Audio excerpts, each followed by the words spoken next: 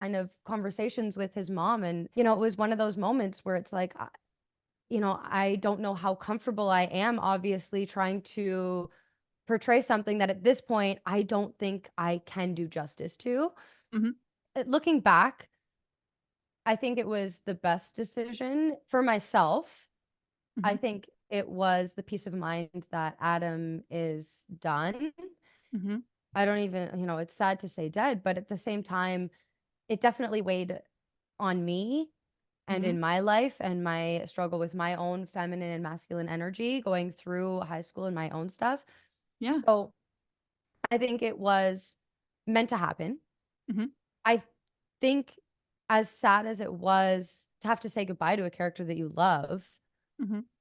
I think it was the best way to not make a mockery of him, to not do, a disservice to Adam and the incredible, person that he is.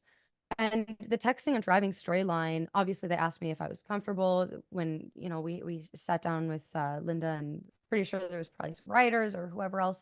And so when we sat down to talk about this, they asked, are you comfortable with if we do this with Adam? And obviously it was a storyline that they wanted to tell, but it couldn't be a day player or somebody that the audience isn't connected to, because with that storyline, you want it to have an impact. You want it to feel like, oh my gosh, yeah, don't text and drive. This is a very serious thing, and it can happen like that when you're not least expecting it, right? Yeah. So that in itself was a very serious storyline, and I think it made an impact because of the fact that we all fell in love with Adam. Yeah. And I know I was saying this, and I truly think that with any character you fall in love with and the season ends, or yeah, if they die, or all of a sudden the show's over or whatever, or they move on and you're like, wait a minute, and you're left missing this character that you're like, wait, but I need to, and it's like you're left, yeah, missing your best friend or somebody that you just fell in love with.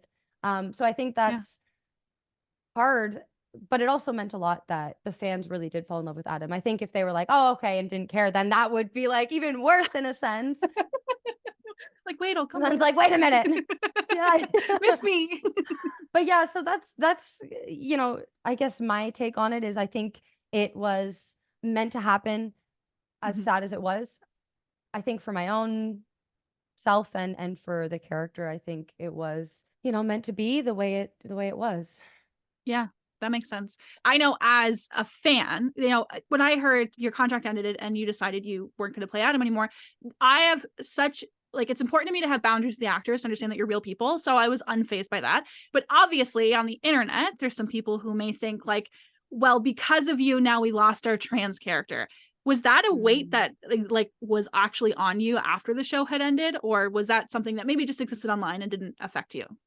Yeah, there was many rumors online. Some people were saying that I was pregnant, and I was very obviously suffering with my own mental Oh my problems at the god. time. Mhm. I was going through an eating disorder, which was tough. And so a lot of people were speculating it was because of that. And the pregnant one really I found the most interesting. I was like, wait a minute, Oh you're my getting these god. rumors.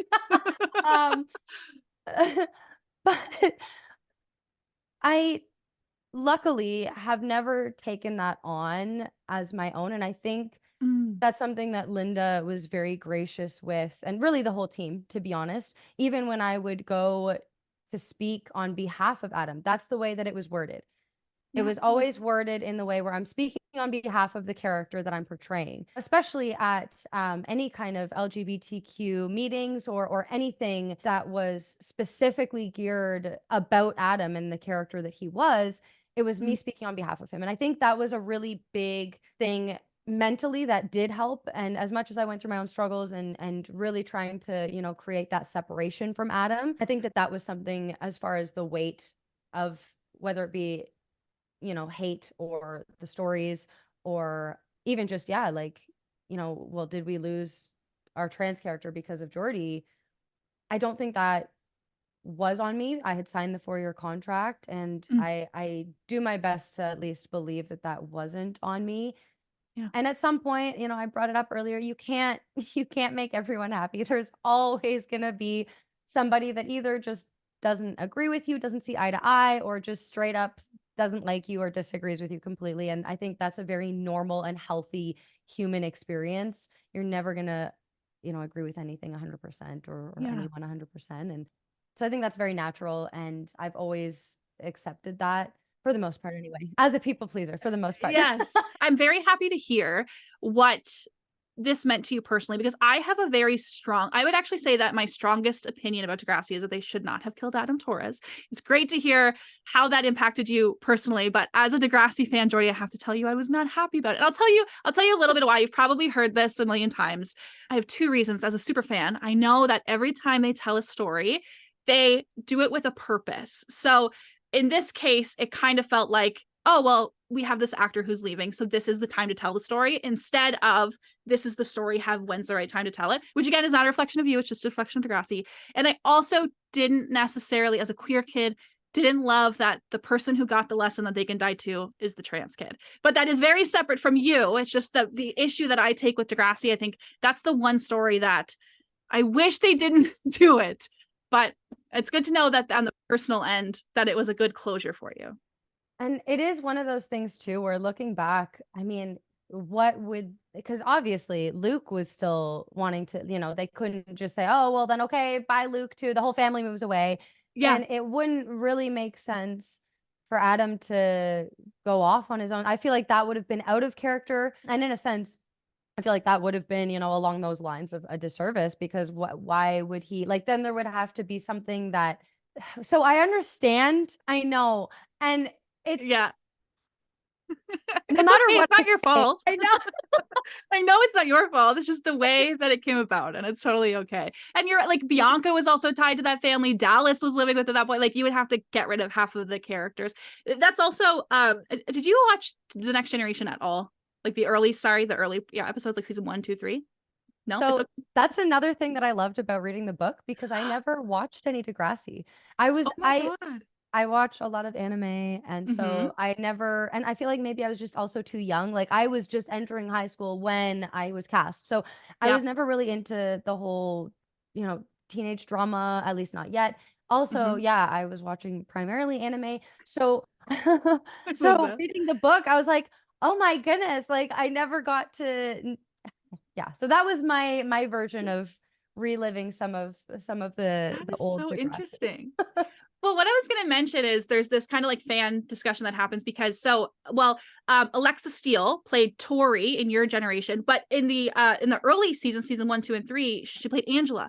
And so when she came back as a different character, a lot of super fans, because the regular fans have kind of graduated, a lot of super fans were like, well, why didn't you bring back Angela? It makes no sense. I'm like, well, then you'd have to bring back Joey, and then you'd have to bring back Craig, and then where's Ellie? What are they all up to? So I would have so much rather have Alexa come back as this new character and get to see her again than there's no way they could have brought her back. So it makes sense with Adam. If you get rid of Adam, there's so much more that you have to wrap up with that storyline. So it makes sense to me, but that is literally my number one gripe with Degrassi. If someone said, if you could change anything about Degrassi, what would it be? I would say they never should have killed Adam Torres.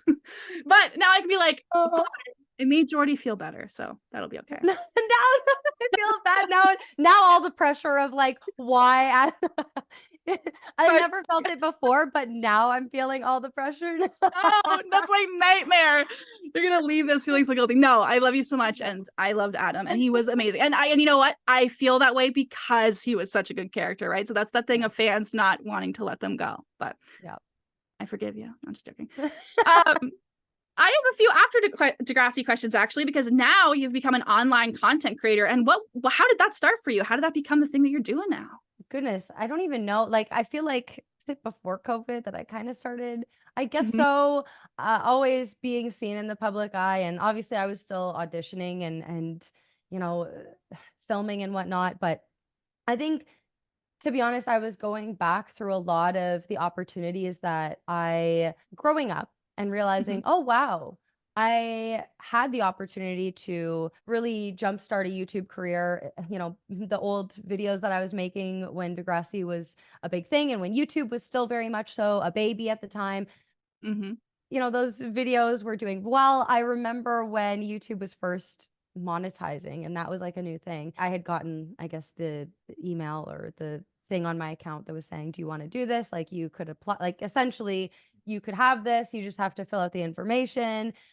And I remember thinking, because obviously I was a teenager and I was like, well, like what, like a couple dollars here and there. I was filming Degrassi. I was like, honestly, like I just love what I do and I don't need to like have that as a work or anything, you know? Yeah. And so now looking back as an adult and I'm just like,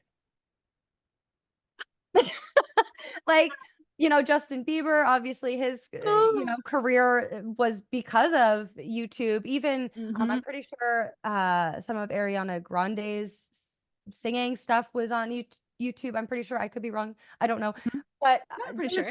there's been many people obviously that have made full careers through YouTube as a platform. And so I thought, you know, better late than never, and still you know, and it's something that I enjoy doing. I feel like at the time it was just, you know, oh well, like I don't really like, it's just fun for me to do, so I'm not going to worry about it. And I never saw it as an opportunity. Yeah. Whereas, you know, it's in hindsight, whatever. But that's, I think, why specifically I was like, you know what, like I enjoy doing this. Why wouldn't I start taking it a little bit more seriously? Especially the fact that I do have some super awesome, amazing, loyal fans that have been supportive throughout the years, including you. Oh my God. But it's true. It's like, why wouldn't I, you know, do that? Especially if it's something I enjoy doing. And then, as I mentioned, COVID, writing music and doing all that was something that I had wanted to do for so long that I just, you know, was either too busy auditioning or always just put it on the back burner and said, oh yeah, I'll get to it one day. And then with COVID, I was like, all right, now's the time, we're doing it. So I think that was kind of the push for the music. Yeah. And then I started going live on Twitch. I did a 50-day concurrent stream because that was something that I had set a goal for myself where I was like, I want to see if I can do this. I slept on stream. I ate on stream. I didn't shower. I love it. I was a part. You hosted a chess tournament one time. I did that. I signed up for that one. I play chess. Yeah, that's pretty cool. Yes. That's how I learned how to play chess, actually. Let's go. You probably beat me. I was trying to learn it on stream and I still, you know, I'm rusty now, but but no, I love doing that kind of stuff. And I think it was also a way to connect with the people that, you know, have been so supportive. And playing, I think the big thing that set streaming apart from acting was acting is playing a character. It's not me. Yeah. And so music and streaming kind of go hand in hand in the sense of it's very much so me. It's very personal. I felt like, yeah, obviously on Instagram you see stories or funny things I do or content, you know, photos or whatever, but you're not, I felt like that was a way for people to really get to know me and who I was. So that's why I think I was so drawn to it. Yeah. Many reasons, but I enjoy doing it. I love it. I think it's fun. If I could, I would do it, you know, for the rest of my life. So yeah, I love that. So these are some general fan questions that came in from Degrassi fans. The first one is from Jackie, who wants to know if you still keep in touch with any of your castmates from the show. Hi, Jackie. Yeah, I feel like the last cast that I saw would have been Lyle and Alexa. We went out, we hung out, we, you know, went out for a night, basically partying and whatnot, which was super, super fun. It's always great to reconnect with cast members.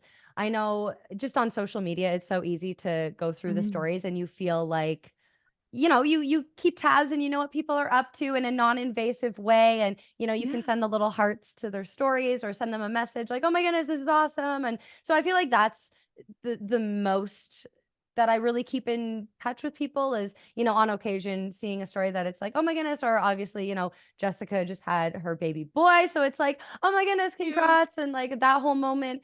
But yeah, I would say the last cast that I saw would have been Lyle and Alexa. And I know this Saturday I'm going to be seeing some of the cast members that are coming. I got the list and I'm like, I'm so excited to see some of the peeps again that I have not seen in literal years at this point. So it'll be really, really exciting. We'll have to do selfies. So I do have a fun Lyle story. Lyle is one of the first actors I ever met from the show because I got to be an extra in 2012 and Lyle was filming there. And I remember I met him and on my wall somewhere, I have a letter. He sent me a letter thanking me for coming to see him on the set and visit him. And because it was his first season on the show. And there says that's the autograph he sent back to me, Lyle.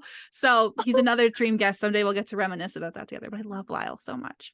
Oh, he's awesome. I also have a very soft spot in my heart for Lyle. I love him.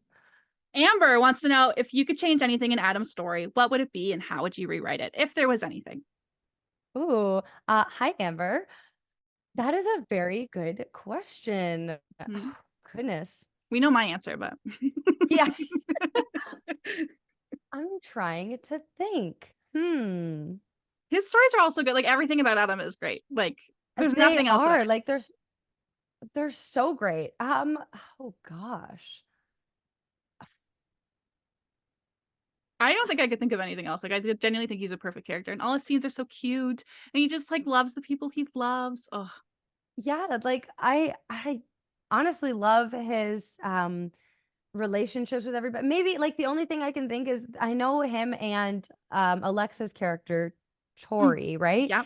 They had like a very, very short, really brief interaction when Adam was trying to learn how to skateboard or something. Yeah. And I feel like that was something that was very short-lived.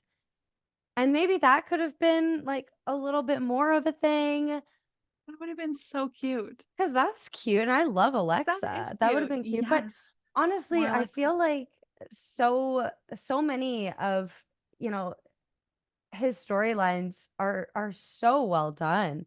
Him in the band was awesome. Him doing the radio show. I guess I also wish that I know there was like, I think 1 or 2 scenes where Adam and Eli were reading comics together.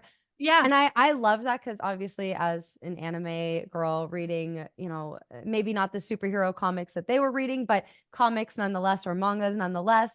That would be something cool that they could have touched on a little bit more, is his love for the comics.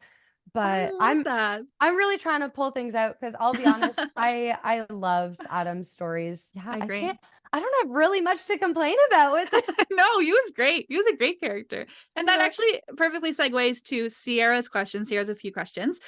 Sierra's a huge fan of you, to the point that when I booked this with you, I was like, when I announce this, I'm going to tell Sierra first so they can be excited about this. Because every single time I talk to someone, they're like, is it Jordy? Is it Jordy? Is it Jordy? I'm like, it's not Jordy this time. I'll tell you when it's Jordy. And then I totally gaslit them when it was you. They're like, is it Jordy? I was like, no, I wish next time. And then I got to tell them, no, it's Jordy. So I let them ask a few questions. And one of them was the fact that Adam has a love for music and comic books. And Sierra knows that you make music and you're a huge fan of anime. So they were wondering if when it came to those details, is that something that's scripted or is that something that they pick up from your real interests and try to put in the show for you? Sierra. Hi, Sierra. Thank you so much for the love and support. That means more than you know. I hugely appreciate that. And even specifically with the music, I hugely appreciate that you know about that. And yeah, that means a lot. So thank you, first and foremost, sending you so much love. They're going to love that. And yeah. And like I'm pretty sure that was just something that they had created for Adam. I don't remember specifically. Maybe they had asked me. I know they were trying to, at one point, really, start to come away from, okay, like, we get it, Adam's transgender, but like, ultimately, Adam's just a guy. So what are some guy things? Like, what are his hobbies? What does he like doing? Like, once, because you can only, like, we don't want to reminisce on this. It's like, okay, Adam's just a guy. Cool. We got it. Okay, let's move on now. What are the things that he actually does? Yeah. And so I don't know if they had talked to me about it or not. It was potentially just a thought that it's like, hey, well, Jordy likes anime and comics. Yeah. I mean, it wasn't specifically scripted as, mangas or anime. I think it was more to do with like Marvel or DC type of style comics, but still same, like same, close enough. I'll accept it. And for music, I have no idea because I feel like I was very, not reserved about my music, but at the time it wasn't that I guess I was actually. I remember I guess I was. Maybe they did do that because they knew. Big brain move. Big brain move. I love it. That is incredible. Also, Sierra had another question because, you know, we learn about Adam in Shark in the Water. And so when I worked with Linda, she gave me access to like all these different documents, and I got to find the script for Shark in the Water, or like the outline that they would use for filming. And I'm not sure if you'll know the answer to this, but Sierra read that and noticed that Adam's name was originally Chelsea whenever they were kind of drafting things about him instead of Grace or Gracie. Were you aware of that, or any idea? Sierra's theory is that they may have changed it to deal with more religious themes, but they're wondering if you know anything about that name change. Oh goodness. I do remember, I didn't remember the Zoe from the audition. So that was new to me. I do remember there was a couple different, names that they were kind of mentioning. I didn't remember off the top of my, that it was Chelsea. I do remember them, saying, okay, now it's Gracie, and basically knowing, okay, like we've set that it is in fact Gracie. But no, that's crazy that it was that close to like Adam being, a finite character, that it was during the Shark in the Water promo, which in my opinion, and I feel like so many people agree, it was the best promo. Easily. Like it was so good. Oh my God. It changed everything. When that came out, my whole world collapsed. Like I was like, I'm going to love this show for the rest of my life. And I've stuck true to it because of the Shark in the Water promo. Well, it was even mentioned in the book. And that was, I'm pretty sure it was Teen Nick, right? That did that. Yeah. Or maybe it was Much Music. I'm sure it was. No, it was definitely Teen Nick, because Teen Nick was the one that said, we want to keep Degrassi. And the Canadian network was the one that says, we don't want to keep Degrassi. So Teen Nick saved it with the Shark in the Water promo. So Degrassi, I think it's either Linda's book or Steven's book or both, that they talk about the fact that Degrassi was canceled right before the Shark in the Water promo, and then they came back and fans were none the wiser. We were just like, wow, look at this new Degrassi we're getting. So it's crazy. That's what I loved reading about, is how like Degrassi was canceled like 4 or 5 times, and you would have no idea, because every time they just like saved it and came back with a better show. It was incredible. That's literally that push forward mentality that is so admirable. Like it's so cool to so hear incredible. The intricate details of how Degrassi truly became Degrassi. So cool.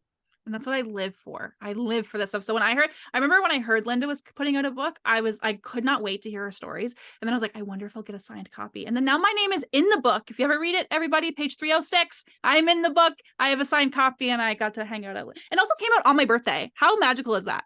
Like on my actual birthday, this book was released. Isn't that crazy? Goodness, that is so cool. What the heck? I know. So it's magical. That's the thing, is I didn't start this career sooner, but it worked out. I ended up with Linda releasing a book on my birthday, and I told everybody, and she's very best birthday gift. That's right? So awesome. And then my 29th birthday, she released a book on my birthday that I mentioned. And on my 30th birthday, she messages me and says, hey, can I throw your birthday party at my house? I'm like, what? So I wonder what she'll do next year. That's so great. She's incredible. Goodness. Oh, I love Linda. I also have a Linda Schuyler tattoo, which is so cute. I got because back in the day, all the Degrassi episodes were like, Cookie goes to the hospital, Ida makes a movie. So I got one on a film strip that says Linda writes a memoir to commemorate us doing this book together, which is so cute. Isn't that so cute? Oh my goodness. I know. Stop. I love that. I know. I'll show it to you on Saturday. Yes. Oh, that's beautiful. Oh. I know. I love Linda Schuyler forever. Megan wants to know if you have a favorite memory from filming on Degrassi to share, just a favorite memory from set. Hi, Megan. This is another hard one because like there's so many great moments. I mean, my goodness, like I think the most fun was, either between filming or when we would be finished filming for the day. And then if it was a Friday, and we were going to go out as cast and do something fun. And there was some days where even if like I wasn't in filming on Friday, I would just drive in near the end of the day to the studio because we were all planning to go out or do something after. Once again, I mentioned that sometimes makeup would, do me up real cute. Wardrobe, the amount of times that wardrobe has helped me pick an outfit or given me an extra push-up bra or something, I love it. It definitely doesn't go unnoticed, that made such a big deal to me back then. And obviously enough that I'm still remembering that. And that was a huge, huge impact. And also just, like messing around offset, like on set, but offset in the green room and going out basically right from set and being like, all right, guys, let's go. And then we'd like say bye to everybody that's there. And they're like, oh, the kids are going out again. It's like, yeah, we're going out. I love it. Degrassi kids let loose. Another fan question from Kylia, who wants to know, what was your favorite episode of Degrassi to film? Hi, Kylia. I love you. My favorite episode, obviously, My Body is a Cage Part 1 and 2 had a huge impact. Like I said, that's the episodes that I really got to meet Adam. So I feel like those take precedence. They are definitely the winner. But I also loved, the radio scenes were Yes. super fun, which, was hard hearing about Jamil's passing. That was very difficult. And, I also thought that any scene with the Misfits, and they appear throughout so many different episodes, so I can't pinpoint one per se, but there was so many scenes where the Misfits were hanging out, and those scenes, have a very, very special place in my heart for sure. I always love when Adam runs up to them and goes, "No PDA," and they're holding hands in the hallway. That's one of my favorites. So cute. So Adam. Yeah, or when he like runs up behind them and he's just like, "What's up, losers?" and puts his Yeah. arms around them. Like, I loved Adam. Adam was so amazing. And actually, Degrassi CSI, who is actually a huge fan of the original Degrassi, but they also do love The Next Generation, and they wanted to know if you have any standout memories working with Jamil French. And was he anything like his character on the show? sorry, who asked this? This was Who? Degrassi CSI is their name. Oh, okay. Yeah. Hello, Degrassi CSI. Thank you for the question. Jamil was somebody that, for me, stood out as always being for the fans, in the sense that whenever we had any kind of fan event where we get to meet people, it wasn't like there was, oh, you're here to see me and like I'm here to sign the book. It was like, what's up? What's going on? And would always make people feel so welcome. And at least from, my perspective, seeing this, I know for a fact that the fans who did meet him felt like part of the cast whenever he was around. And personally, there was, okay, I'm not going to cry. There was a moment, and okay, I might tear up a little bit. Sorry. Obviously, playing Adam was difficult, and I felt very much so that I was not one of the pretty girls. And that was something that I think Jamil could see. Sorry. And anyway, I remember him telling me, we weren't like filming or anything. This was just off, in the green room or something, offset, on-set type of vibe. And he said, it takes somebody like really, really strong to be able to do this. And also, the fact that you can rock this short hair means you are so beautiful. Like, if you're beautiful with short hair, you can rock anything. And that's also just another example of how he was very good at, he was very intuitive and empathetic and could really read somebody, and I think made a lot of impact in many different people's lives because of that. He was definitely, he was a beautiful human. And yeah, hearing about his death was, I know, hard for the whole Degrassi family.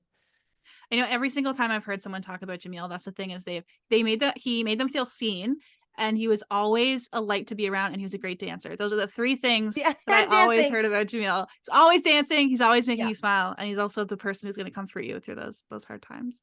Oh, that is such a nice answer. Thank you, Degrassi CSI, for the question. They're so good.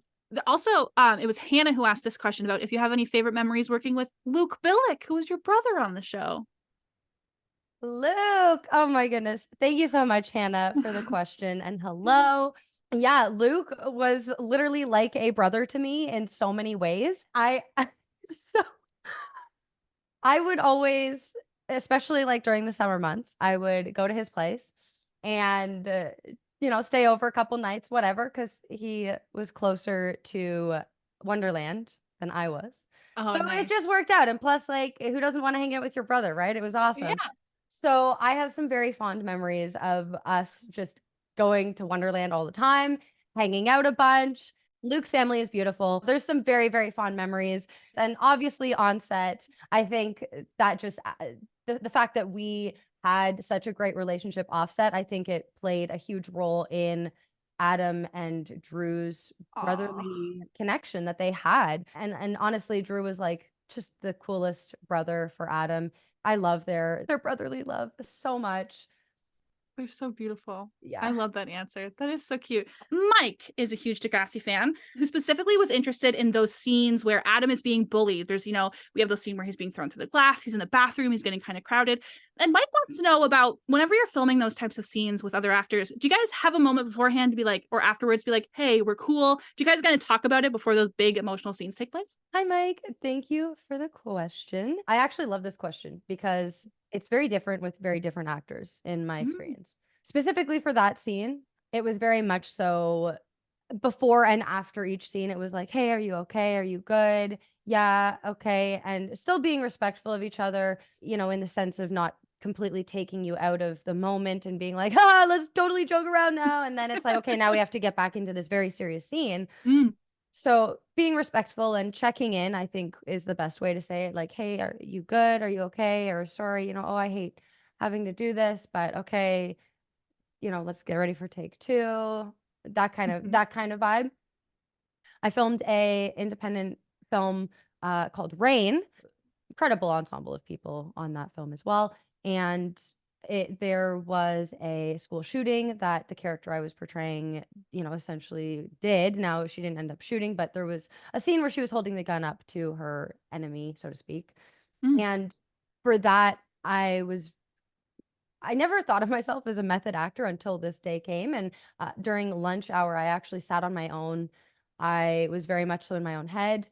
It wasn't until we had wrapped that scene and finished filming that day that the actress who was playing said enemy, she came up to me after and said, you actually like scared me like that day. Like Oh my God. and obviously she meant it in a very respectful way. It wasn't Yeah. like rude or anything. But that was interesting because it was very different. And when we filmed the very angry scene with Woody Harrelson in the prize winner of Defiance, Ohio, I was very, very young, and there was a lot of really young kids in this scene. And he was taking a pan and slamming it on a freezer door to the point where he broke the freezer, and he was yelling and cursing, and he was playing a abusive drunk father. Yeah. And after every take, he would come over to us kids and be like, I'm so sorry. I love you guys. And like, he was really, really sweet with the kids. So I think it really depends on the actor and their style. It's that fine line of you want to stay in that zone, especially when it is a emotional or, really tough scene. Yeah. You want to stay in that. Well, at the same time, I think it is important to check in. And I think that's where, it was kind of a moment where I was like, oh, after Samantha is the actress that was playing Samantha Weinstein. She played the enemy character. And when she said that, I was like, oh my God, like I didn't even, I was so in my own head about it that I didn't necessarily check in with her enough. And so moving forward from that, that's something that I think is really just important to do and good etiquette while still staying in it as much as you need for that scene. But I love that question. That's a really cool question. Yeah. And even Mike might be interested in this. There's Melinda Shankar, who played Allie on the show. She has a podcast called the Miss C Podcast. And she doesn't necessarily talk about, we love Melinda.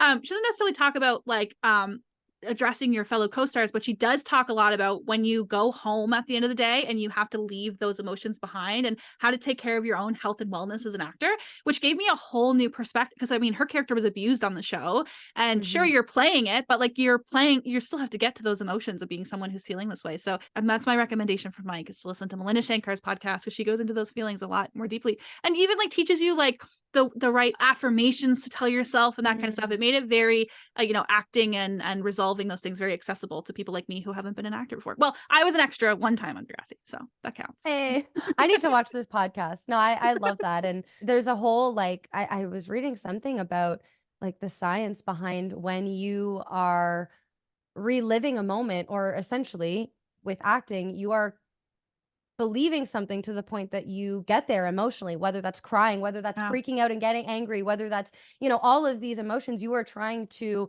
make yourself believe so much so that it's it's outwardly believable. So obviously inwardly it has to be. And it does change the, your brain chemistry, and it can have huge, huge effects for sure. And yeah, I think that's very wise what Melinda was touching on. And I got to go watch Mindy's podcast. That sounds awesome and totally up my It's really alley. good. I like breezed through it the minute that I found out about it. I thought she just like talked about acting in a way that I had never considered before, but obviously makes so much sense. Like if you're crying in a scene, you have to be crying for a reason as a real person. And how do you separate that when you get home? Especially in kind of the 2010s, we weren't necessarily at the point of mental health yet back when she was on the show. Like now it's something we're talking about, but how do you explain to someone like, I had to pretend to cry and now I feel really sad? Like it wasn't a conversation that they were having before. Yeah. I remember funny thing when I started acting as a kid and I had to do a scene where I was crying or something. Anyway, I had to cry. And so my little kid brain was like, "Oh, okay, so wait a minute. If I'm like getting paid to cry, then I just will only cry if I'm getting paid. Like I just won't cry unless I'm, filming something." That was not good. Oh my God. You gotta let that out, man. That was not healthy. So oh my God. I imagine instead of the tooth fairy, instead of losing your tooth every time you get money on your pillow, you like cry and you're like, okay, who's gonna give me $5 here? Will cry for money. No, that's so funny. No, it did not last long, and it was very not good. Not good. Not a technique we recommend. No, but yeah, no thanks. Hilarious. Oh my gosh. Okay, my final fan question for you comes from Rachel, who wanted to know, is there any actor or actresses you wanted to work from the previous seasons, but you haven't seen the previous season, so you might not. Do you know any other characters from other points of the show? It's okay if you don't. It's okay. Maybe someone. I got a real easy answer for this. Rachel, thank you so much for the question. Here's the Drake. All right. Like, yeah. Let's be real. Can we get, can we get a collab, Drake? All right. Listen, I do music, you do music. Real easy answer. Would love to work specifically on music. Maybe not so much filming together, but I mean, hey, if you want to, anyway, you know what I mean. Yeah. I'm trying to be funny with this. I love it. I'm digging the whole Drake. I'm glad that you know one Degrassi character that was on the show. I love it. I think that's great. Also, Michael Cedar was on Degrassi before. That would have been a nice little brotherly love connection. That's a great answer. So I love Drake. That's a good one. Those are all the questions I have for you. I'm like, thank you so much. This is something that I have sat in my room. Everybody pretends, they're on radio shows. I'm pretending that I'm interviewing you, and I've done it. I've interviewed Jordan Todosey. It's on my bucket list. I can cross it off. Thank you so much, Jordan. It was my pleasure. It felt like half an hour. Time goes by when you're having fun. And yeah, you're awesome. Can't wait to see you Saturday. Really appreciate you having me on. Sending you love. Okay. I love you, Jordan. Bye. Love you. Bye.